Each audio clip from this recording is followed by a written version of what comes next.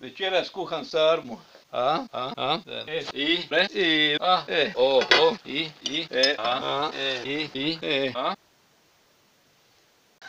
Možete vidjeti, pa smjer napravio, potres je napravio sarmu. Sad ću sarmu baciti smeće.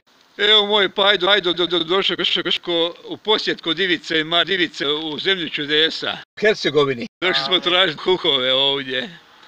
Da vidimo li ima koji kuh unutra u mraku. A ja bih rekao štit. Ovak izgleda Bjelovar u 16. stoljeću. Nekih 30-40 milijuna metara, sve nema više ničega.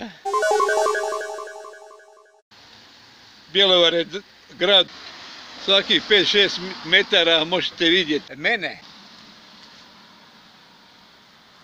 10 Branka Stojkovića na nekih 50 metara. Pozdrav štit. Evo javljam se, putujemo za Vukovar. Prije su se klanjali Hrvati Titi, a sad se klanjaju HDZ-u, SDP-u, HDZ-u. Pozdrav štit sa bjelovarskog korza.